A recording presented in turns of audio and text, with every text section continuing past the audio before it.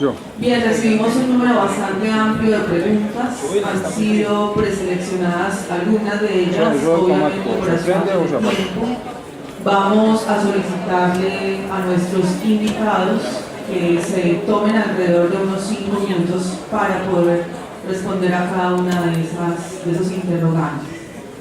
La mayoría de preguntas están dirigidas de manera específica a uno de los invitados y hay una pregunta que está establecida para todos. ¿Sí? Entonces, bueno, vamos a empezar por una pregunta que está dirigida al padre rector. Padre rector, desde su reflexión, ¿sería posible hablar de una calidad franciscana bonaventuriana que se complementara con estándares preestablecidos? ¿Por qué no lanzar ese sello de calidad franciscana y bonaventuriana que nos lleve a crecer en identidad e identificación en el medio? Pues, perdón que tenga un tema de la provincia nuestra. Ya está hablando de calidad evangélica, no solamente respondiendo a estándares, sino sobrepasando los estándares. Y creo que se puede hablar, pero tiene que ser reflexión de la comunidad, o sea, la comunidad, la universidad, como la aventura. Es decir, para responder a unos requisitos o a unos estándares a nivel individual es muy fácil. La idea es que sea a nivel de universidad, a nivel de fraternidad. Yo creo que usted ha visto el discurso, la propuesta mía nuestra es fraternidad, acuerdos, y eso se puede discutir en los consejos, en los comités, en los procesos, y realmente se puede hablar de una calidad evangélica franciscana que será un motivo también de reflexión para todos. No solamente responder a unos mínimos, sino buscar siempre unos máximos, que es la libertad, la justicia, todo el pensamiento franciscano que creo que se puede propiciar. Muy bien, padre, muchas gracias. Esta pregunta va para la doctora Beatriz. Tiene que ver más con el asunto de la calidad de la educación desde la misma formación de los docentes. Dice, muchos docentes universitarios llegan a esta labor por razones diferentes a la vocación. ¿Cómo lograr una formación más apropiada en estos docentes, en estos profesores? ¿Qué cree usted, doctora Beatriz? Voy a hacer uso de las palabras de algunas de las personas que escuché ahorita cuando salimos al receso, que también desde anoche hicieron parte pues como de mi meditación personal y que coincidimos en eso. Y es que nosotros no estamos en ningún lugar al azar. Hay alguien que nos pone ahí. Y entonces, cuando situaciones de orden económico, por ejemplo, que son las razones por las que otros profesionales que podrían ser exitosos dentro de sus disciplinas, ingenieros, abogados, etcétera, etcétera, vienen a desempeñarse como maestros, poniendo aparte la vocación, o sea, no necesariamente como un asunto de vocación, sino una necesidad de tipo económico. Reconocer que está ahí porque hay un orden divino, hay un llamado especial, un asunto que hay que descubrir desde el interior del otro. Y en ese sentido, hay que abrirse para formarse. Entonces, en mi experiencia como maestra, permanentemente uno enfrenta esa, digamos, tensión también que hay entre un maestro que tiene el dominio de una disciplina, pero que tiene también una tarea que es formar a otros seres humanos. Y la tarea fundamental de ese maestro es abrirse a la formación, abrirse a la formación pedagógica, abrirse a la formación desde ese saber fundante que debe atravesar un maestro, y es la pedagogía, poder reflexionar permanentemente sobre su praxis, saber que no es un dictador como lo planteaba ahorita Enrique, que no es solo un transmisor de lo que él sabe, sino que es un propiciador, sino que es un acompañante, sino que, es decir, ¿para qué estoy yo en mi función de maestro? Entonces hay una tarea fundamental del maestro y es abrirse permanentemente a la formación, no necesariamente de su disciplina, que permanentemente, como lo dice la definición de educación superior, es un proceso continuo, sino abrirse también a la otra formación, y es todo el campo de la pedagogía, cómo va a atravesar mi praxis. Muchas gracias. Vamos ahora con una pregunta dirigida al vicerrector, al doctor Carlos Mario.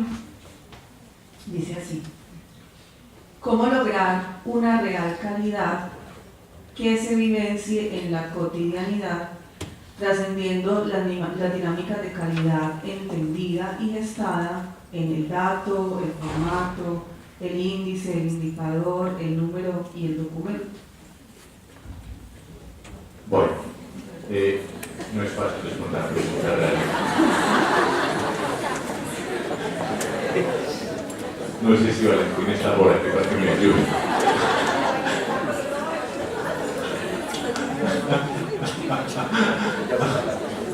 Pues, a ver, ahora planteamos algo y es, de todas maneras,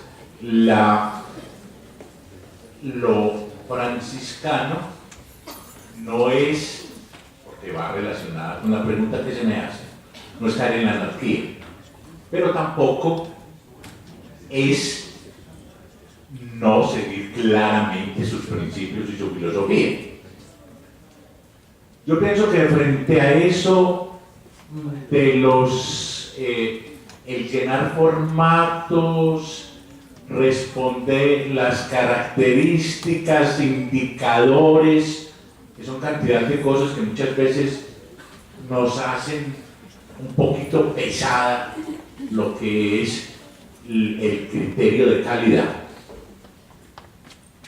Dentro de la autonomía universitaria, sin que dejemos de responder a lo planteado por el CNA, también está dentro de la autonomía universitaria los elementos filosofales y misionales de las instituciones. Entonces, yo creo que de ahí, por eso digo, no podemos caer en la anarquía, pero desde ahí también hay que ser muy claros, y creo que nos están respetando poco a poco, que logremos entender que el CNA, hacer entender al CNA que la calidad no está dimensionada desde principios del poder, hay que trabajar un poquito más. Pero desde lo que son los principios de calidad, desde la dimensión franciscana, que no está delineada por los principios de poder, sino que está delineada por los principios de servicio, podemos también empezar a responder con esos criterios sin perder calidad, sobre todo en el sentido formativo.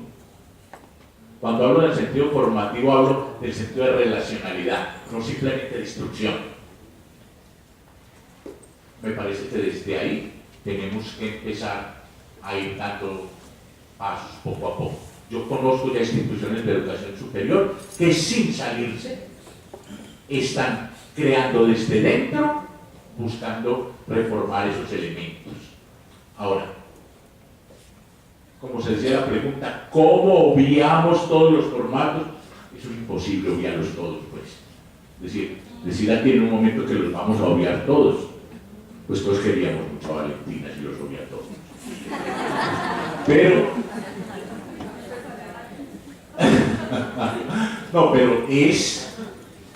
es desde ahí, de cómo nos acercamos a ellos y cómo los vamos transformando. Ahora, eso sí, sin que perdamos el criterio y la filosofía de franciscano Bonafede.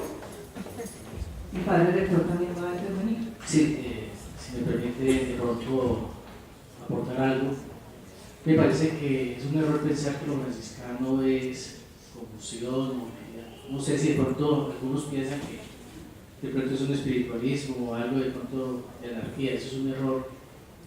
Lo franciscano que hace, interpreta el dato, la investigación, hay que interpretarlo, y esa es la propuesta, por eso está la investigación. Usted cae con datos, no lo interpreta, no lo lee, no lo contextualiza, se pierde. Y creo que eso es lo franciscano, aprender a leer el entorno, toda la información del entorno, lo que decía el doctor Enrique, leer la información del clima, llámese el clima laboral, el clima de la universidad, esos son termómetros. Creo que los franciscanos tienen que aprender a leer ese termómetro. Y si hay fenómenos que aparecen, por eso digo que la filosofía franciscana es una filosofía hermenéutica, de interpretar, de encontrar la razón de esto, porque todo tiene su causa.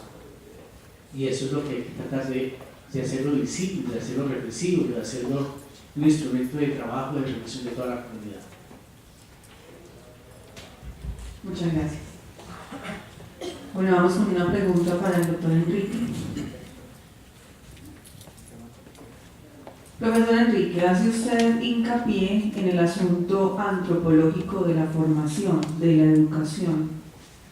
¿Cree usted que la educación busca mantener y conservar la cultura, el sistema, entre otras cosas, o que busca posibilitar otras formas de ser y existir para el sujeto?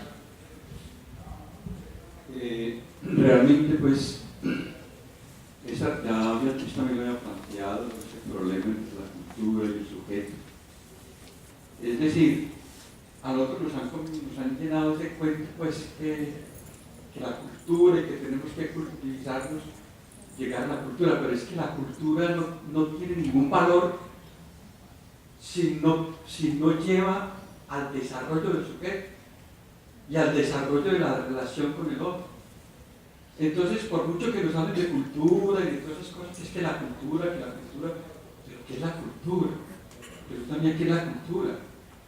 La cultura es que realmente se respete a ese sujeto único, irrepetible, ser único, irrepetible, que se proyecta al otro, que se relaciona con el otro, que forma una comunidad y una comunicación de existencias, que se proyecta en el mundo y lo transforma, que busca el sentido de la vida en esa proyección.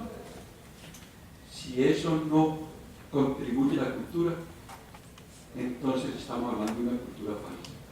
La educación no es mantener los valores que no nos van a llevar a nosotros al progreso de la persona. Los valores van cambiando constantemente, sí, es cierto, pero de todas maneras, lo importante es que dentro de esa cultura, la cultura, que es el fruto y el resultado del proceso del lenguaje, eso del lenguaje es una cosa muy importante.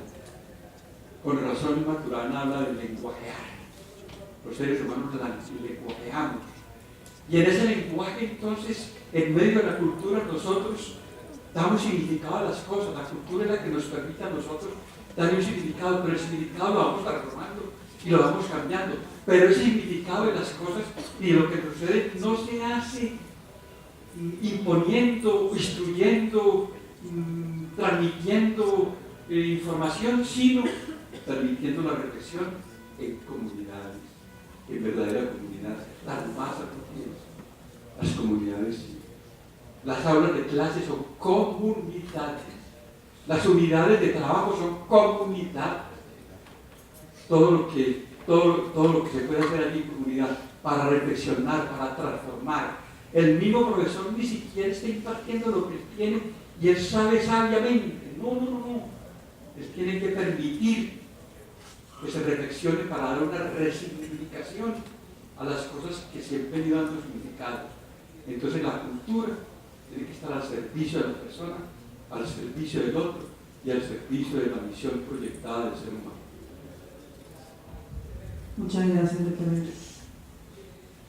Bueno, esta pregunta es para todos. Es una pregunta que de pronto puede sonar un poco por fuera de los temas que estamos tratando. Sin embargo, de alguna forma apunta al asunto del contexto en el que nos estamos desenvolviendo, que tiene mucha pertinencia en el ámbito de la calidad.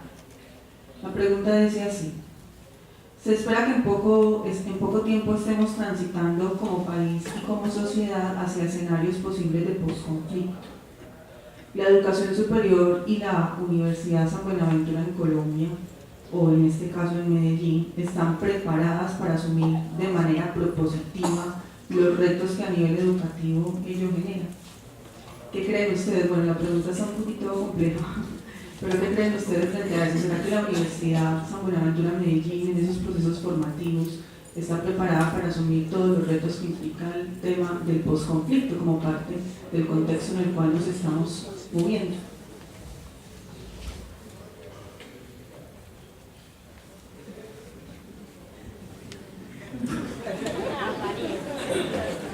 Que si estamos preparados o no preparados, no sé.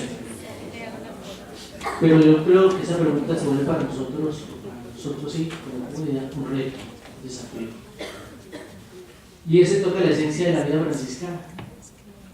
Es decir, formar para el bien, formar para la sociedad, formar relaciones fraternas. Pero decía, el fraterno no es un lenguaje de unos dos, es un lenguaje de hermanos.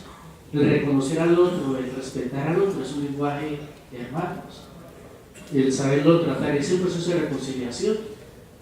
Entonces yo creo que es la relación entre el conocimiento, la transformación, la investigación, todas estas notas sustanciales nuestras que deciden de nosotros, en primer lugar, que tengamos conciencia de nosotros y que revisemos nuestra tarea. Entonces comenzar a pensar en nuestro trabajo, en nuestras familias, en nuestros contextos, si realmente estamos trabajando para el bien, para la paz, para la reconciliación. Pero le decía, la veo como un reto, un desafío, porque cuando se habla de fraternidad es de hermanos, de iguales, de pares, no el mayor o el menor. Cuando ya tenemos relaciones de mayor y menor, son de desigualdad y establecen desequilibrio. Y aquí, ¿qué hay que hacer en Colombia en el posconflicto? Establecer relaciones de hermanos que con toda la historia que tenemos podamos reconocernos, aceptarnos, perdonarnos, y esa es una tarea que nosotros como universidad, que creo que es el gran aporte que nosotros podemos dar hoy a la sociedad. Y por eso yo siempre los franciscanos desde ahí podemos dar un aporte y formar para esto. No solamente del discurso, sino de las actitudes, la cotidianidad, la manera de ver el otro. No con la manera de ver al otro, con la mirada le está diciendo si es importante o no es importante. La mirar al otro hacia abajo, hacia arriba, puede ser incluyente o excluyente. Ustedes ya saben qué es eso. Con la mirada, con los gestos.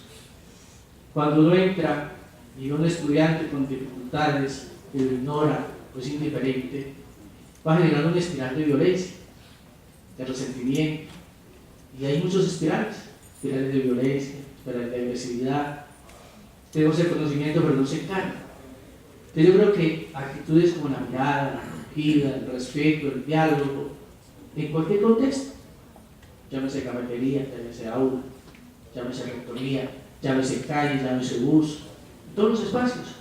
Y creo que es un reto para nosotros como franciscanos y desde esa filosofía hermenéutica franciscana, la veo como un aporte para concluir. A ver, yo también diría que decir no o decir sí es muy difícil.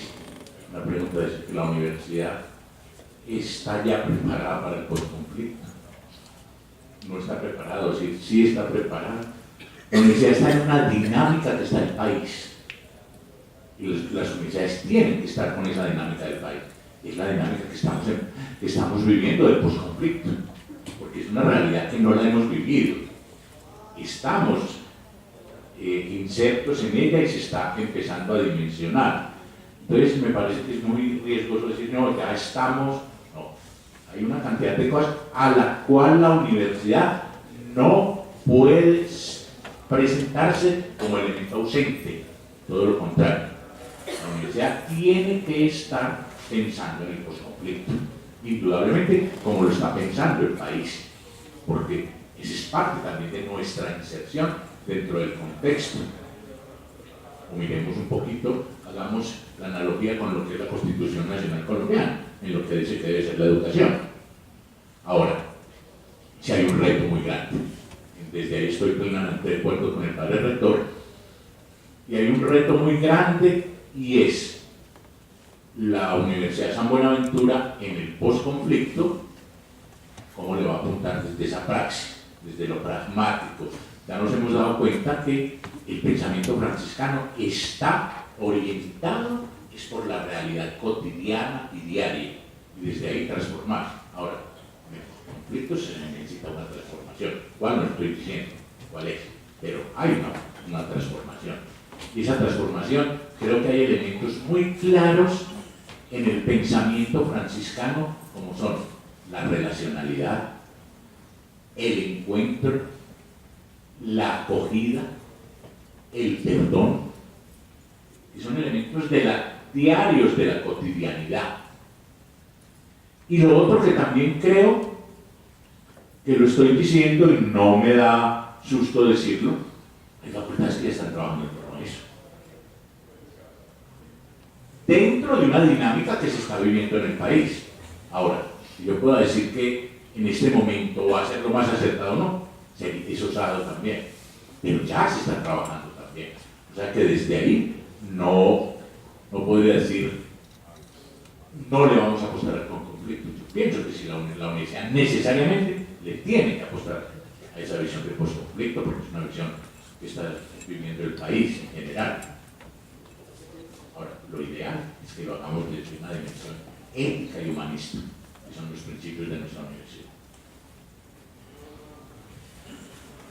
Bueno, yo estoy de acuerdo en que no se puede dar una respuesta de sí o no, tampoco, o mejor dicho, nos tendríamos que ubicar o colocar en que el conflicto o pasar del conflicto al posconflicto es una cosa que se haga de un día para otro. Lo que se ha venido definiendo en el país como posconflicto también tenemos que asumirlo como un proceso. ¿Cuántas generaciones en este país tendrán que pasar para poder vivir una condición de posconflicto? Yo no sabría decirlo. Pero sí quiero hacer una reflexión frente a la universidad en su tarea de docencia, de investigación y de extensión, con una analogía que para mí ha sido muy importante en mi praxis como maestra, y es una analogía que voy a copiar de alguna parte, y es la reflexión: ¿podemos nosotros saber cuántas semillas tiene una manzana? Eso es fácil. Si no lo podemos calcular, pues lo podemos evidenciar partiendo la manzana y encontrando cuántas semillas hay. Pero es imposible saber cuántas manzanas trae una semilla.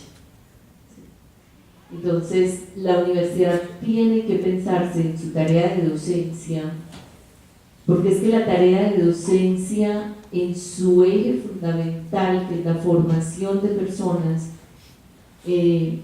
tendrá que mirar el impacto que va a tener no en una, en 20, en 15, en 100, sino en cuántas generaciones va a atravesar la formación de los profesionales que nosotros estamos formando.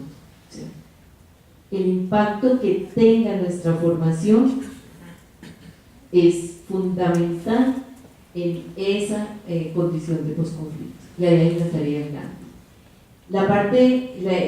La otra tarea fundamental de la universidad, que es la investigación, también tendrá que dejarse atravesar en esa mirada prospectiva, si se quiere, de cómo impacta en el desarrollo, en las transformaciones del contexto, en lo relacional de los seres humanos, el trabajo que hacemos como investigadores. Y en la extensión, porque para nosotros, y aquí rescato pues desde la Facultad de Educación y desde la línea de infancia, desde nuestra tarea específica de formar nuevos ciudadanos, de mirar, de poner la mirada sobre los niños que están en este país y que están en esta ciudad, que ellos son los que van a enfrentar directamente las consecuencias de cómo asumimos en este país los ciudadanos una condición de posconflicto. Realmente la pregunta que yo me hago es ¿cuál posconflicto? Es decir, ¿será que se va a acabar el conflicto? Hace algunos años pronuncié una conferencia aquí en la universidad titulada Dialéctica existencial del conflicto humano. Inclusive salió un artículo que publicó en la revista El Ágora, donde yo planteaba que en la raíz misma del ser humano, en su profundidad, está el hecho del vivir en conflicto. Es decir, somos dialécticamente constituidos. Siempre estaremos ante una tesis, una antítesis, buscando una síntesis, y nos mantendremos en ese proceso de buscar de esa tesis contra esa antítesis hasta llegar a la síntesis final. Utopía, otra utopía. Entonces, en ese proceso posiblemente, sí, conversemos con los del ELN, con los de la FARC y todo, que lleguemos a todo eso, pero seguirá el conflicto y seguirá esa lucha tremenda y todos estaremos así adelantándonos. Y es que eso yo lo había planteado Ortega y Gasset hace mucho tiempo, que es una visión pues muy anticipada de todo lo que nos iba a pasar ahora, Ortega y Gasset, donde decía que la masificación, el proceso de masificación del mundo es lo que ha llevado precisamente a este tremendo problema en que vivimos de conflicto nosotros. ¿Por qué? Porque la masificación, decía él, lleva al anonimato, a que el ser humano ya se reduzca a un objeto, lleva al ser humano a eso y conduce a la tiranía y conduce también a la violencia, la masificación.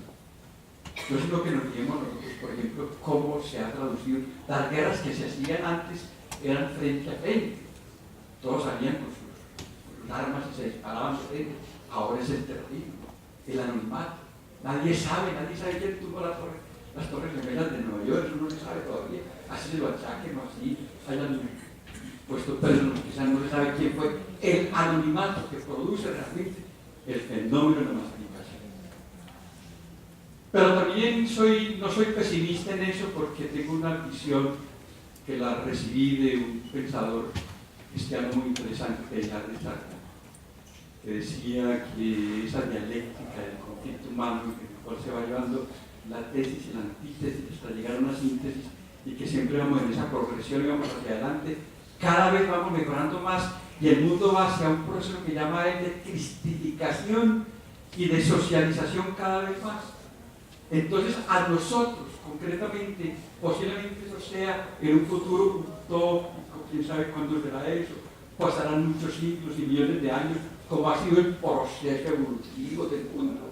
Las especies han evolucionado en millones de años, posiblemente la evolución del ser humano sea también muy larga, pero nosotros tenemos que poner nuestro granito de arena en este momento. Y creo, y bueno, lo que yo he planteado, la manera para nosotros poner fin a esas, o por lo menos llegar a una síntesis y ir progresando hacia esa síntesis final, es creando comunidad, haciendo que la universidad sea una verdadera comunidad, comunión, no masa. Dice que en la universidad ya somos un código, y llenos, todo el fenómeno de lleno que hasta ahora tiene que hacer, los teatros llenos, las iglesias llenas, todo lleno, hasta el Papa llenó ya con 100 millones de personas, todo lleno, pero la persona ¿dónde está? La comunidad sí transmite el sufrimiento de la persona. Si hacemos de la universidad una comunidad, y eso corresponde a todo lo que Carlos Mario, y lo que el padre, y lo que Beatriz plantearon, que hemos venido planteando, el surgimiento de la persona humana en medio de un clima de comunicación de comunidad. Hagamos esto, cumplamos con esta misión, así no hayamos terminado de hacerla, así no hayamos logrado terminar el conflicto humano, porque el conflicto humano está en la raíz misma del ser humano, de su dialéctica existencial de ese conflicto. Muchas gracias, doctor Enrique. Bueno, yo le pediría entonces a los invitados, ya para ir cerrando este conversatorio, que brevemente cada uno de ellos nos cuente en torno pues a la temática que invita a este espacio académico, que es precisamente la calidad en la educación y el tema de la identidad franciscana y bonaventuriana, que realicemos ya a manera de cierre una breve conclusión, un breve comentario que nos permita pues como ir cerrando esta reflexión. De todas maneras vale la pena aclarar que esto es un espacio, un solo espacio básicamente, que la intención pues, que tiene la universidad es continuar reflexionando en torno a estas temáticas. Esto es, digamos, otro espacio adicional que nos permite como comunidad académica generar un sentido particular de eso que entendemos como caridad. Entonces no sé quién quiera comenzar pues como con este momento de cierre. Pues ya me hicieron la señal.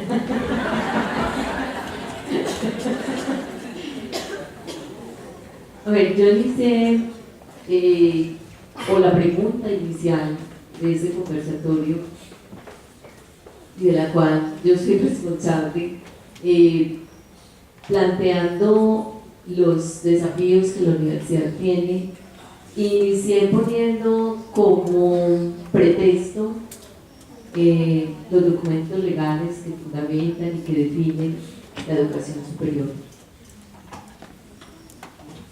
Y cuando planteé las tensiones frente a la formación, frente a la formación académica y cómo se entiende la formación académica, y frente a la formación profesional y cómo lo ha asumido la universidad en el país frente a esa formación profesional, con todos los criterios de calidad que el Ministerio de Educación, que el CNA, que Conciencias nos imponen y nos pone en esa situación de tensión, lo hice planteando también la visión bonaventuriana.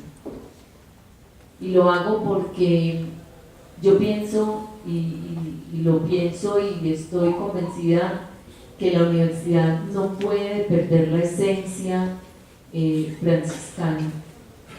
La visión bonaventuriana es una visión fundamentada en unos principios que respetan a la persona, que rescatan la relación del sujeto con el otro, que hay unos valores alrededor que van marcando esas rutas, pero tampoco puedo desconocer que esta es una universidad privada que no cuenta con el apoyo económico del Estado, que nadie le va a financiar proyectos de desarrollo o de inversión que no sea a partir también de todo el trabajo y el esfuerzo que nosotros hacemos, y eso es lo que nos coloca en esa tensión entre lo que hay allá y lo que soñamos también como universidad.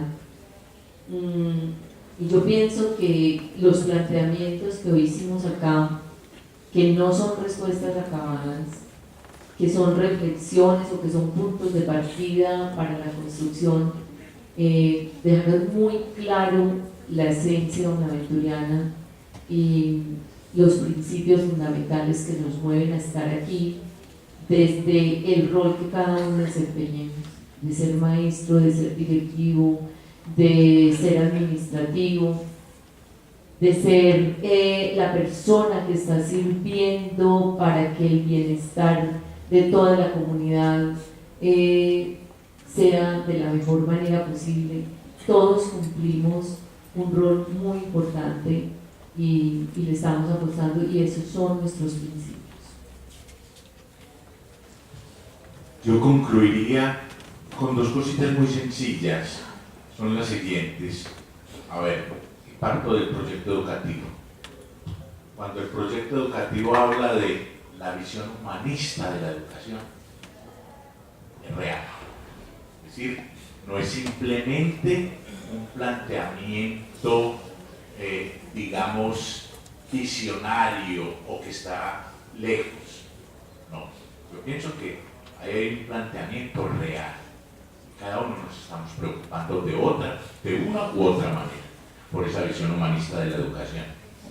Y lo otro es ese humanismo del cual nos habla el proyecto educativo franciscano está iluminado para mí por dos elementos, o por un elemento fundamental que se conjugan en la visión de Francisco de Asís y de San Buenaventura, y es en el tiempo, si vamos un poquito al siglo III, se rompe con una visión antropocéntrica del hombre y del mundo, donde solamente había una visión antropocéntrica, era la única mirada, y ya se da una mirada cosmocéntrica, donde el hombre es fundamental dentro de esa opción, un poquito desde la mirada que Enrique planteaba ahora desde la dictadura. Ahora, ¿dónde encontramos nosotros eso? Simplemente se los dejo también como para que sea reflexión. Hay una página que es de las páginas más grandes de la literatura universal, no hecho por mí, sino hecho por varios, y que fue producto de las reflexiones de Francisco de Asís. El cántico a las criaturas. En el cántico a las criaturas está expresado toda esa visión del cosmos en el cual yo estoy inserto como parte de la creación.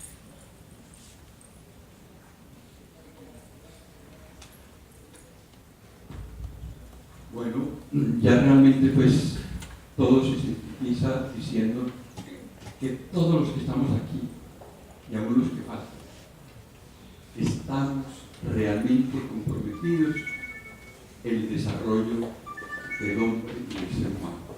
Es nuestra tarea. Convenzámonos de eso. Es nuestra tarea. Y empecemos, si es que no hemos empezado, o continuemos y seguimos continuando en esa lucha, sintámonos realizados con eso. Esa es nuestra misión. Ese es el sentido de la vida. Eso es lo trascendente. Como decía el Padre, no sigamos pensando en cuestiones piadosas propiamente del franciscanismo. Lo piadoso no es propiamente pues, lo que nos sugiere aquí nosotros. El sentido trascendental es que encontremos sentido a esto que estamos haciendo, este trabajo por los demás, este trabajo por la educación, por el otro, para que el otro sea mejor.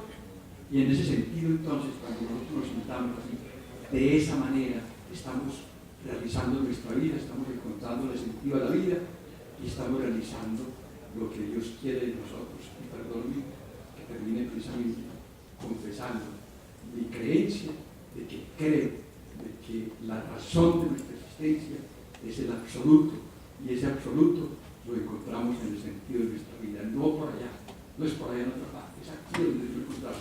Empecemos ya o continuemos ya en ese trabajo que estamos haciendo de formar personas humanas. No pensemos en comercio ni en producción ni cosas de esas.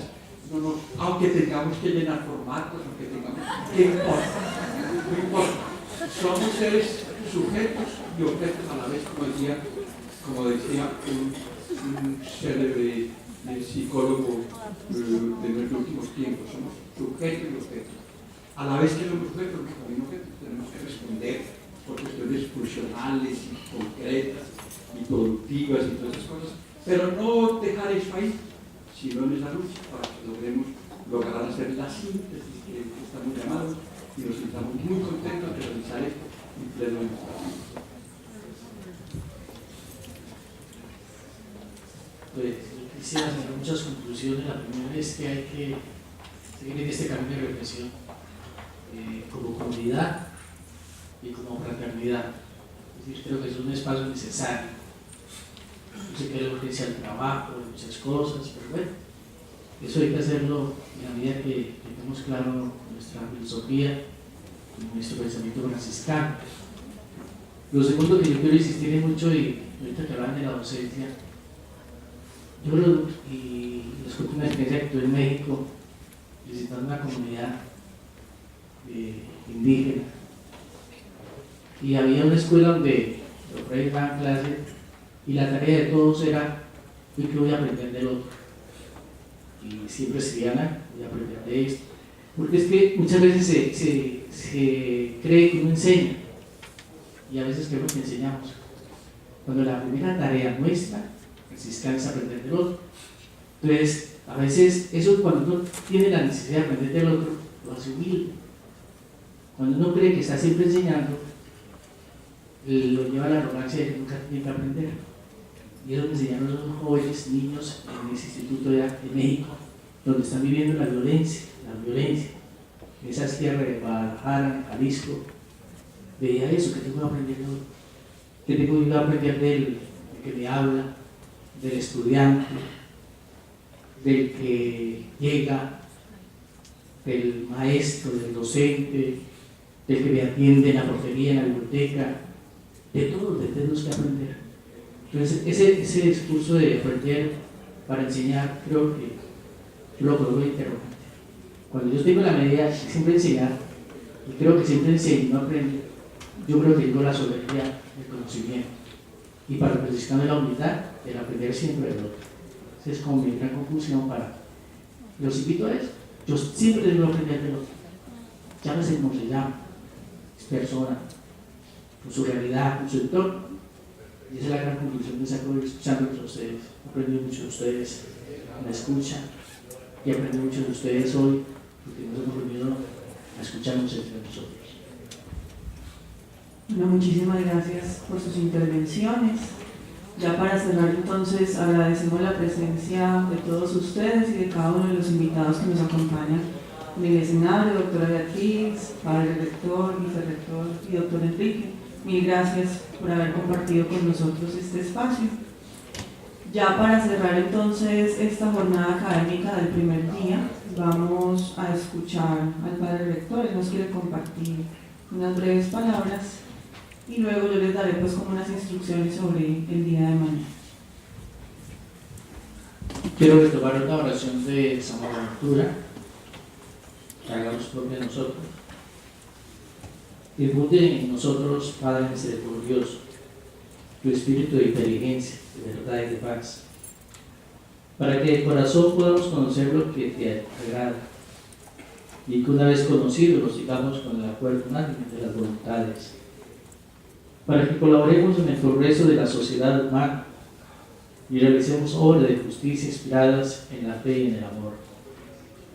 Por nuestro Señor Jesucristo, tu Hijo, que vive y reina contigo en la unidad del Espíritu Santo y de Dios, por los siglos de los siglos. Amén. Muchas gracias a todos.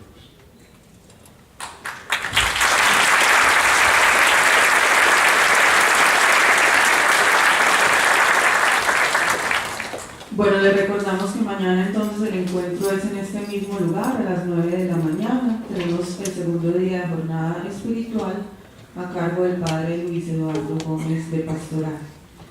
Les recordamos también a aquellos que están haciendo uso del transporte de la universidad que el bus para San Benito saldrá a las 12:30 de la tarde y también habrá transporte a la 1:45 de la tarde. Bueno, muchísimas gracias a todos. Esperamos que hayan disfrutado de este espacio y que tengan un feliz día.